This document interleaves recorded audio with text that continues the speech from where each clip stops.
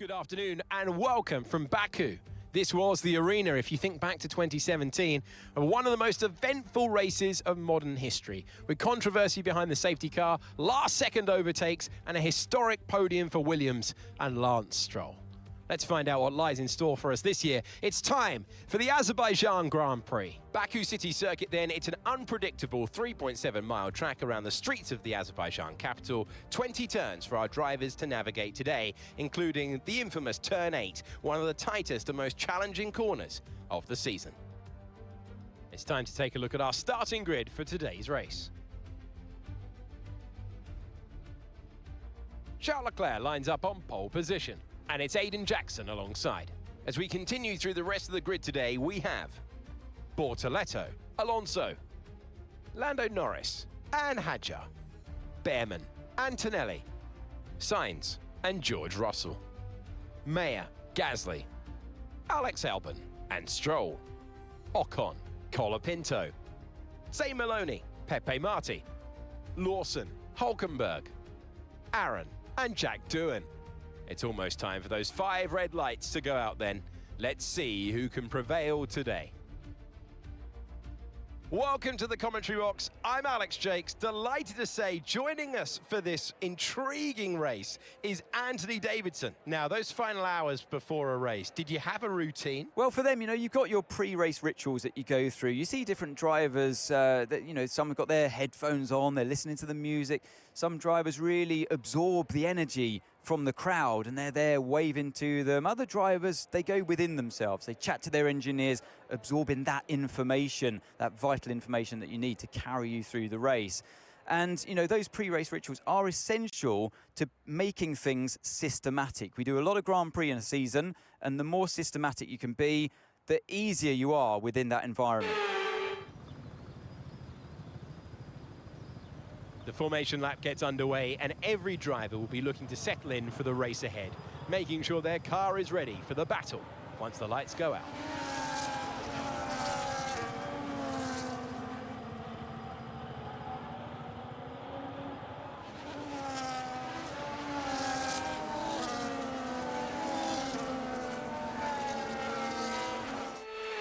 So as all the cars reform the grid, the drivers will be hoping to get a strong start. They'll want to earn some valuable points from today's race, with final communications being done with their race engineers, ensuring their planned strategies are all in place. All right, here we are driving George Russell in Baku.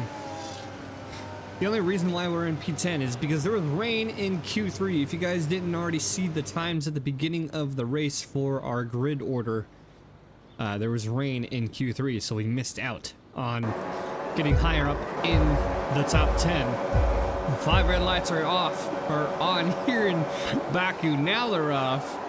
As we're underway, we see a lot of movement from the back end as we see an Aston Martin moving on the inside. 3 wide there between Alonso, Bortoleto, and Norris, as Leclerc is trying to pull away from Jackson.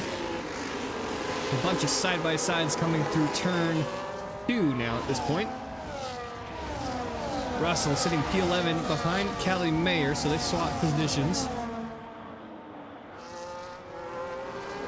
We see a strong move against Kelly Mayer on the inside, almost making contact with the McLaren of Carlos Sainz.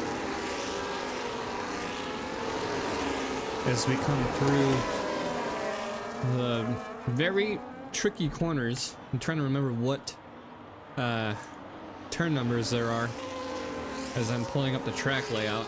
There we go. As we come through the castle section, Leclerc leading just under a second ahead of Jackson through turns 9, 10, 11, 12. Coming up the hill. Russell still ahead of Mayer, about a half second between a lot of drivers actually, now that I'm looking at it as we're going down the order.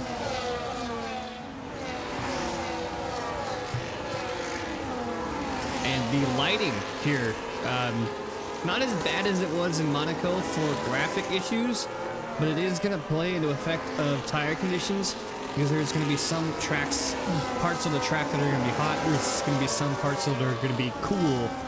So you're not to mention the dirty air from these big trains. As we see Calimere, they're looking to make a move on Russell. They're side-by-side still as they're coming through turn 20 to the speed trap. And then into turn 1. Russell still holding on to P10. Behrman and Antonelli are going back and forth for position. So we're on lap 2 now. We get the DRS now after turn 2. As long as we stay within a second of Carlos Sainz, and we do not, as we're watching Ocon and Colapinto. They're, like I believe we had that issue last time around. A little bit of damage from Calimere's tire hitting our front wing. End plate is still intact, so that is pretty good.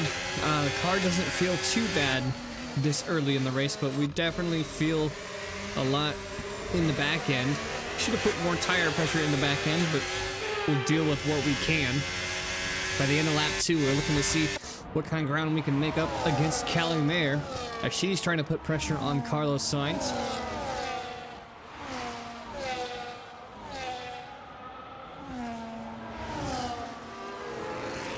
We see Albon and Gasly behind us going at it. But still side by side, we're within a second of Calimere, so we're going to have DRS here on this lap. Seeing what we can do through sector 1 and 2 to try to gain positions, because this is pretty much the only area that we've managed to gain positions here in turn 3. Looking to see what everybody else is doing up ahead, because I believe we did see a side-by-side momentarily from Albon and Gasly, I think it was.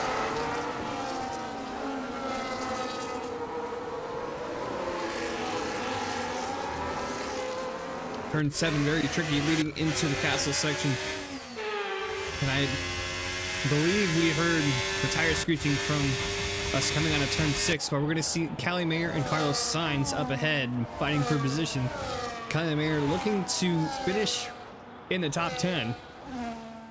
So we see Gasly and Albon going at it against each other behind us yet again. We're going to look to see if we can make a move on Carlos Sainz this time around after Calimere was battling with him.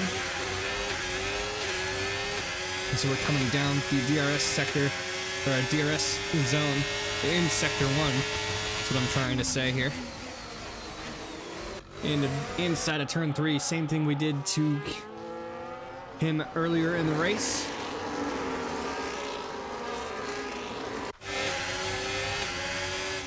You see Hadjar and Antonelli side by side momentarily there between turn 4 and 5, as we're waiting to see what we can do. Coming out at the end of lap 7 behind Hadjar, about a half second, 6/10 back as we look to catch up. Calimere passing Oliver Behrman now up for P7, so she's on a roll at this point, trying to make her way possibly onto the podium by the end of this race.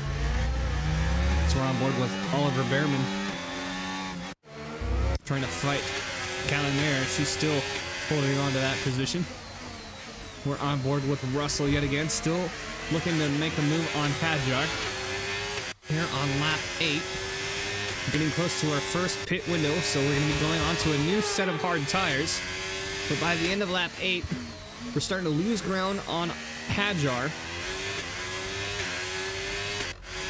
And we're going to be coming in, I believe, lap 9. The end of lap 9 is when we're going to be coming in. The tires are feeling okay, but as we're coming down the main straight, we had issues with our engine from our mechanic, and that is going to be a retirement for George Russell. As we start lap 9, we're not going to be able to finish lap 9. That's going to be very unfortunate for his championship, as we see Jackson fighting Leclerc. He's about 3.3 seconds back behind Leclerc.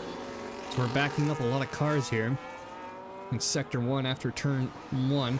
We have to be going into the runoff at turn 2. That's going to be a race over early for George Russell. Yeah, I can't move.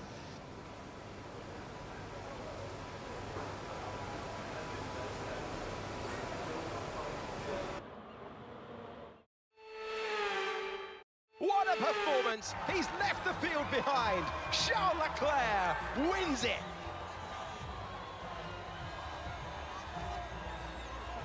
They led from lights out to the flag at the end, and their race victory was never in doubt, was it? Brilliant stuff by them.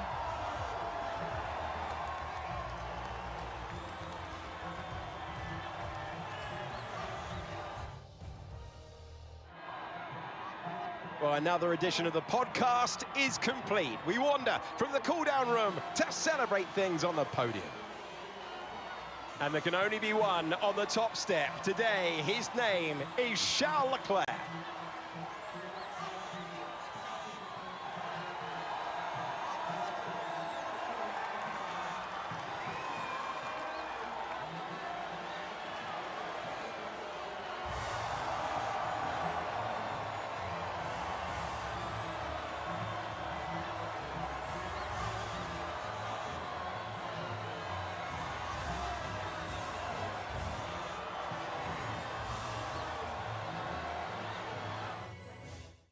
I'm equal parts exhausted and elated with this weekend of Formula One.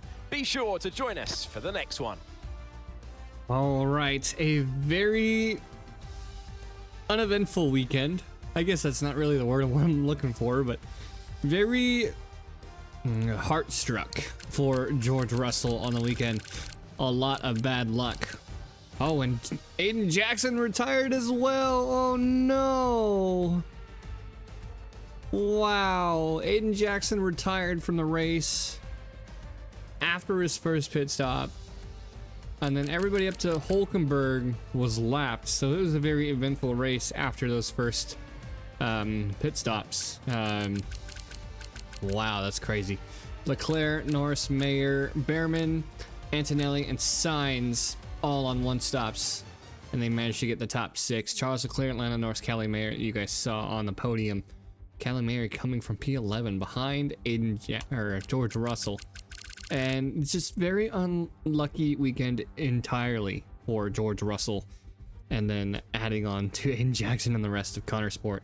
Gonna be very unfortunate for us as we go into the championship. Charles Leclerc is right there in the mix. Then Lando Norris is tailing behind.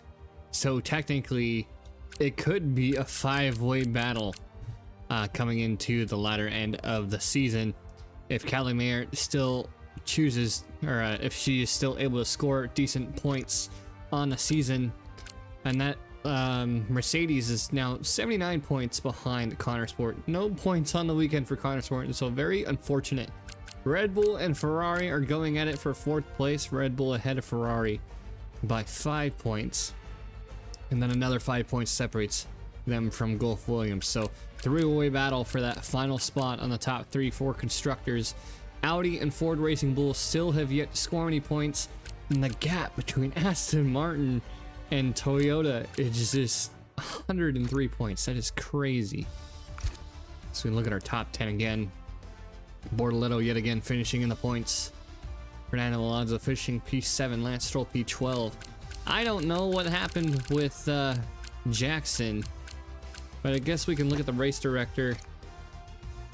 There was collision between Alonso and Bortoletto, and then Russell retired.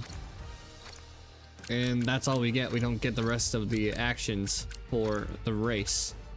I do apologize for being a shorter race. I tried to stretch it out to see if we can kind of play it off, but you guys can just look at the time and tell something drastic happened. But that is the Azerbaijan Grand Prix weekend. I was honestly really looking forward to this one, but just, yeah, the rain in qualifying, a spin in practice. That's how, if you guys notice the times during the race, or during the grid lineup, or the grid order. Russell P10 because of the rain. He was on, everybody went out on soft tires, and then there were component issues that I had, and I simmed too far forward, so I missed my opportunity. So that's why we started in P10 and had some trouble. We lowered the difficulty and we adjusted our setup to try to help with the top speed, but that didn't help us in the long run. Charles Leclerc still in that fight, as well as Lando Norris and Callie Mayer. So 4 out of the top 5 are Brits looking for that driver's standing. It is going to be a crazy end of the season, and it's going to be like this throughout the rest of the season. And if I'm correct, we have 5 more races to go. If not 4 after this. This is what, race 12, I think. So this is race 1 of 5. 4 races to go, I believe, after this, as we get closer to the end of the season. And there's only so much more we can do as Konnersport to try to win that championship. So I hope you guys enjoyed, and we'll see you guys in the next one.